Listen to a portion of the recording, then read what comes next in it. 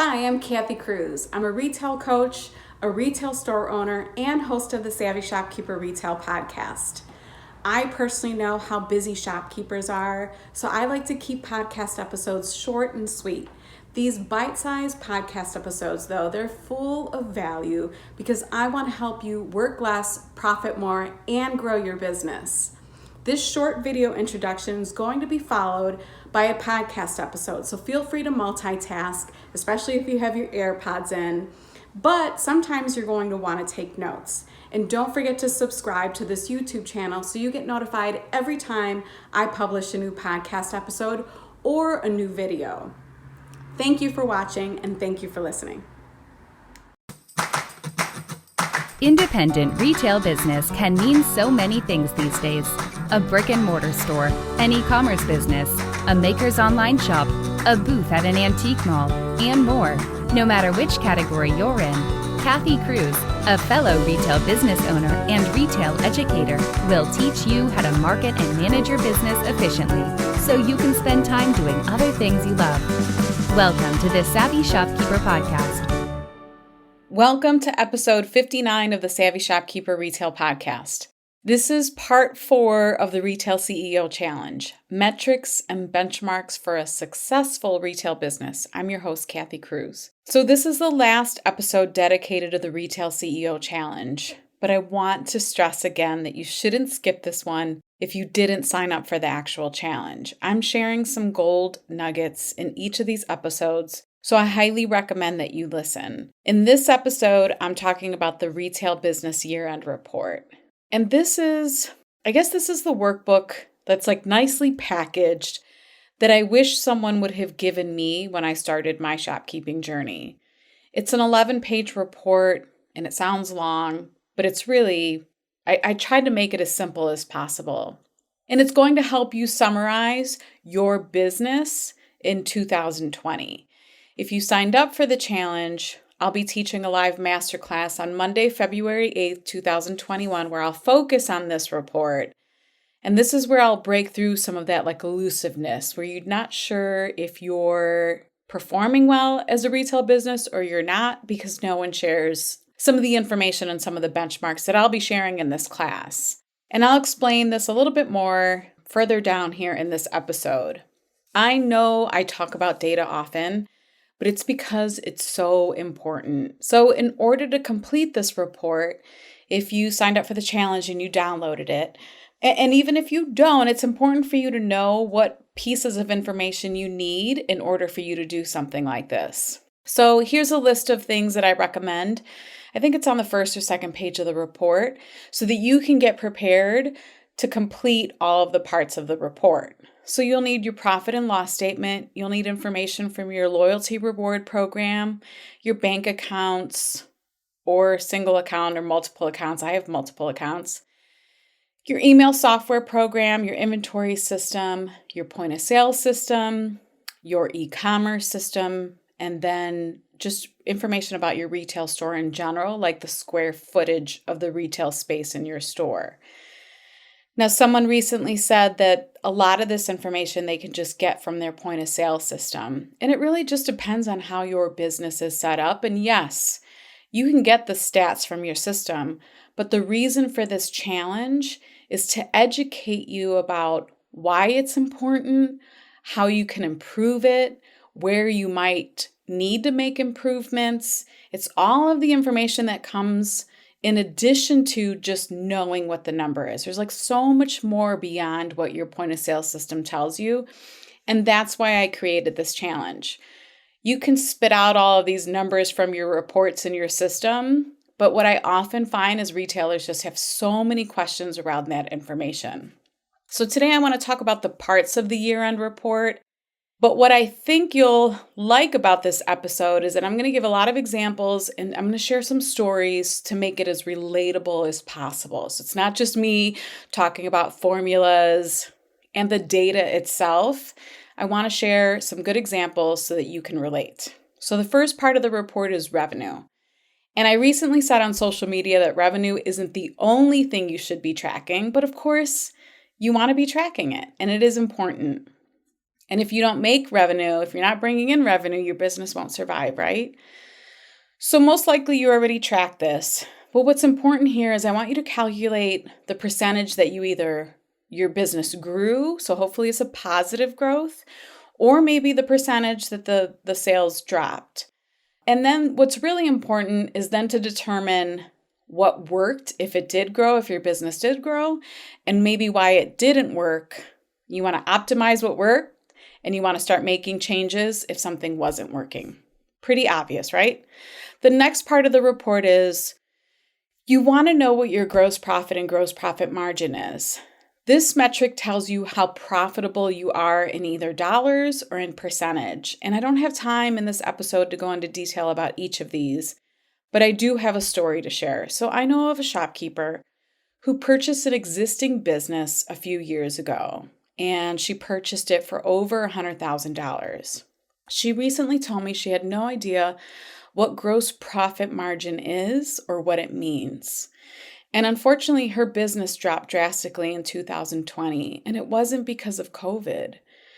I think there were some other circumstances, but she believed everything in retail should be marked up 2 times, I should say. If you're doing this too, I want to tell you that you've most likely been misinformed. There's so much that goes into pricing. And keystone pricing, this is where you take the price you paid for an item, then multiply it times 2 to determine your retail price. That won't always keep a retail business alive. And it's so important that you know this. Please, if there's anything that you learn about, please learn about this. And I have a few resources to share. So if you listen to episode 4 of this podcast, that's how retailers can increase average sale. Listen to episode 44, the retail profit pie. There's more information on this topic. And then I also wrote a blog post a couple years ago on how to price products in a retail store. I also linked another really helpful article within my blog post to help you on this topic. So I thought I'd just share those. Just because I can't go into much more detail on this episode, those could be really helpful to you. And if you join the challenge and you're going to be part of Monday on February 8th, part of that class, I'll go into a little more detail there, of course. So next on the report, the year-end report, is cash flow. And cash flow is the amount of money flowing through your business each month. Of course, we want more sales coming in than expenses going out. But the number one reason a retail business fails today is its inability to manage cash flow. This episode is brought to you by Flowdesk.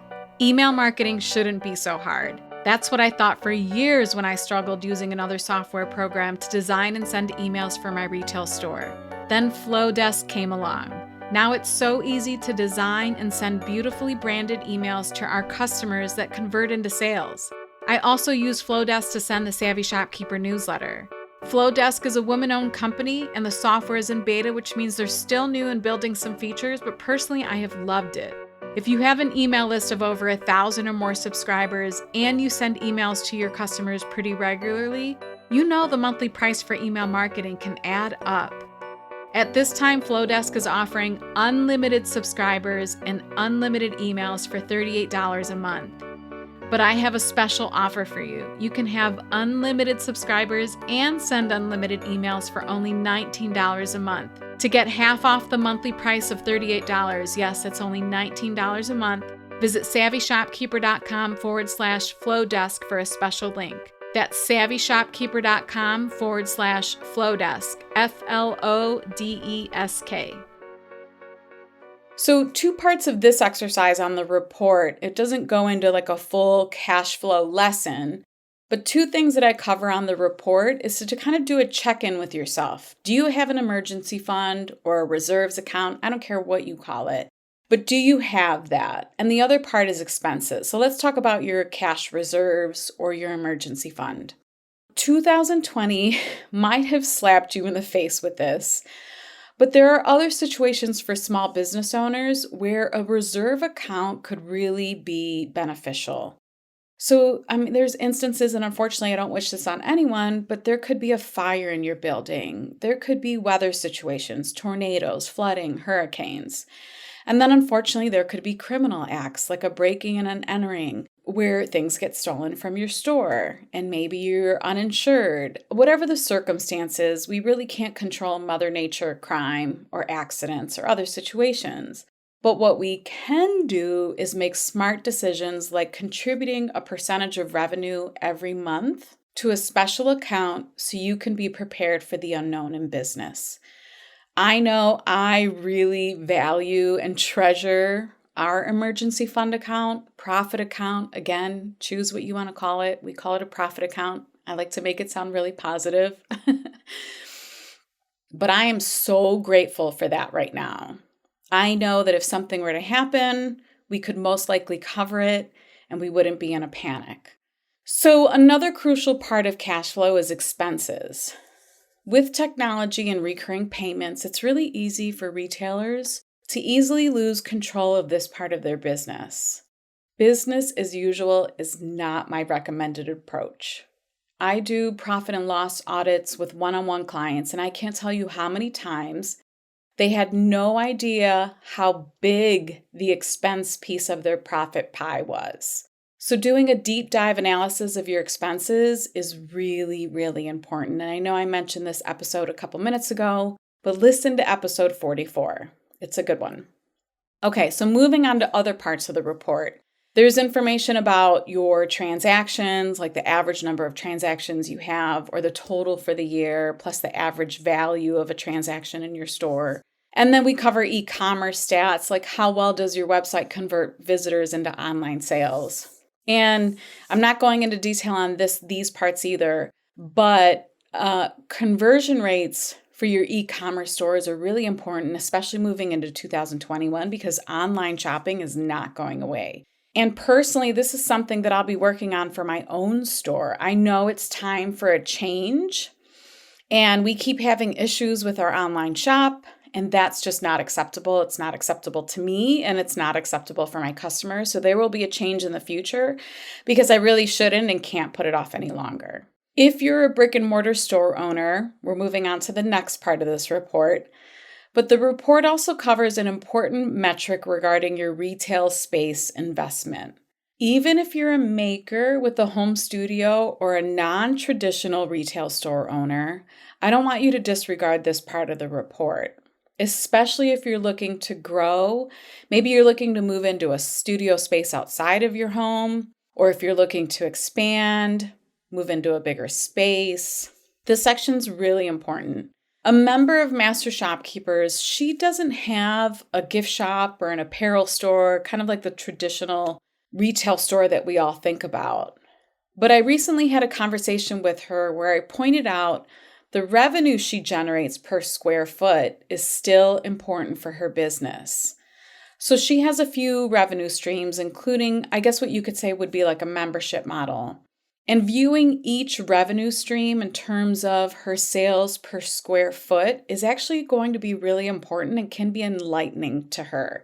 So she's going to work on this in the next month. So I just want to make sure that you understand that even if you don't have a gift shop, or you have something that's a little unique.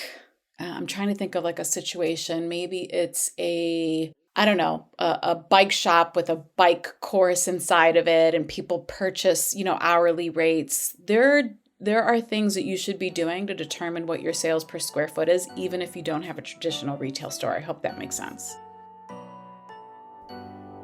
This episode is brought to you by Tundra. Tundra is an online marketplace for retailers in the United States and Canada. And what I really like about Tundra is that they eliminate transaction fees and markups. As a result, Tundra empowers their community of buyers and suppliers to keep reinvesting in themselves. As a Shop Small advocate and a buyer for my own retail store, I appreciate that the makers aren't taking a hit on their profit margin when I order from them on Tundra. From home decor to beauty and fashion, there are hundreds, probably even thousands of suppliers to buy from. If you're a brick and mortar store owner and you open a new account, you'll get $50 off your first purchase with Tundra. To get this special offer, visit savvyshopkeeper.com/Tundra. Again, it's savvyshopkeeper.com/Tundra, TUNDRA, and you'll get a special link to get $50 off your first purchase. If you remember what I said when I introduced this Retail CEO Challenge, I said I would teach a masterclass that will break through the elusiveness of retail and that I would teach you about benchmarks. I'll talk about how you can set goals for yourself that are realistic, but more importantly, it's the benchmarks that will help you either figure out why you're struggling and hopefully help you start profiting more. So I have a good example of this because I know sometimes when I say metrics and benchmarks, retailers don't know exactly what I'm talking about. So I had a one-on-one client who couldn't understand why she was struggling so much. When we walked through her profit and loss audit, I found her rent to sales ratio was well over 30%. Ideally, for most retails with brick and mortar spaces, your rent to sales ratio should be between 6 and 10%. So what I just shared, that 6 to 10%, knowing that that's what it should be, that's a benchmark. Moving forward, I want to say that I don't want the word ratio to intimidate you because this is really simple. It's how much of your revenue is being used to pay for rent. Like that's really it. How much of your rent is being used to pay for rent? So I have an example. If you take what you pay in rent for the year, you want to do it for a whole year. So let's say, for example, you pay $1,000 a month in rent. That's $12,000 for the year, right? You take your total revenue, and for the sake of this example, let's say you generated $150,000 in revenue for the year. So you divide your total rent for the year, that's the $12,000, by your total revenue for the year, $150,000 in this example, and that equals 8%. In this example, the person is right within the benchmark. It's a healthy number, a healthy percentage that's going towards their rent for the year. And seriously, that's it. That's it to the calculation, to the formula. It's really simple. What's important here is that so many retailers have no idea what their benchmark should be, that 6 to 10%. My client was well above 30%, and holy smokes, like no wonder why she was struggling so much, right? The space you use for your retail business is an expense, and it can be a really substantial one. You should know what your ratio is. I don't want you to just pay rent every month because you think it's a fixed expense and it is what it is and it shouldn't be looked at or you can't do anything about it. That's not the truth. Knowledge is power. Moving on to the next part of the report, and we'll talk about other KPIs like customer loyalty and inventory value, but one final metric that gets covered in the report, and that should be given more weight by retailers, it's often neglected, is inventory turn. Now, calculating inventory turn does require a good inventory system with good reporting and at least one full year of data. So if you aren't quite here yet, don't worry about it. What's important is that you work at getting there. So I recently told a one-on-one client that it took me nearly one full year to get all of our inventory into an inventory system. We use Shopventory for now, but I think that's going to change. Now, I can run a dead inventory report. For instance, I can run a report that tells me anything that's been in inventory or in our store for over 180 days or 120 days, like you set the time frame. But information like that can be really helpful. I can also calculate inventory turn now that I have a full inventory system. You see, when we opened, we had no idea about inventory management, like none. And by the time I learned about this and the value of the information in an inventory system, we probably had well over $50,000 in inventory in our store. Building our inventory management system was not an overnight project. I mean, heck, I think it wasn't even a 1-month project. I tackled it one category at a time and I got it done, and it's okay. I think it took me a year. But again, the important thing is to identify why it's important to have an inventory system and everything stored in an inventory system, and then just start to chip away at it. So if you're a Shopkeepers Lab subscriber or a Master Shopkeepers member, my live lesson in January was all about inventory turn. So if you visit the units tab in the group, in the Facebook group, and then I think you go to unit number 6, you can watch the lesson there and get the inventory turn worksheet. It's important for me to mention that because if inventory is something that you've been wanting to work on and you want to learn more about, make sure if you're a group member that you go there.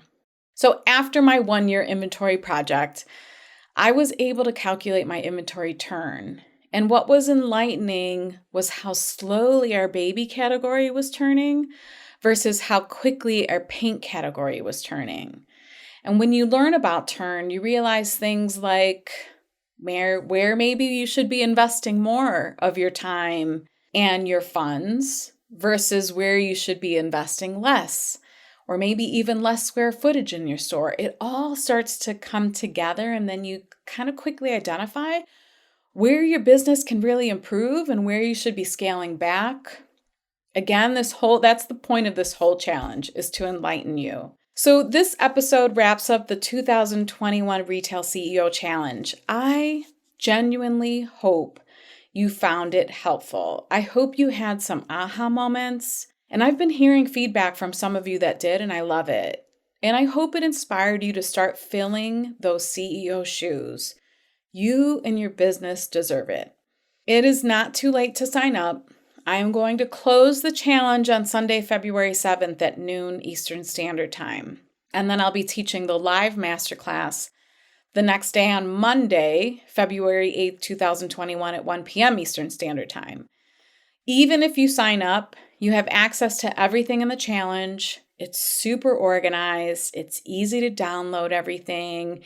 Even all of the podcast episodes, there's a player within each lesson, so you could just listen right there while you're in the Shopkeepers Academy. And if you can't attend Monday's class, everyone also gets access to the replay. You'll be able to watch the replay, and the class will consist of a 1-hour class. It might go a little bit longer because it's usually longer than I say. And then we'll also have a 1-hour Q&A session. So anything that you have questions about regarding the challenge or regarding the year-end report, I will be there to answer in person, live on Zoom. So if you're interested in still signing up, you go to the shopkeepersacademy.com. It's shopkeepersacademy.com.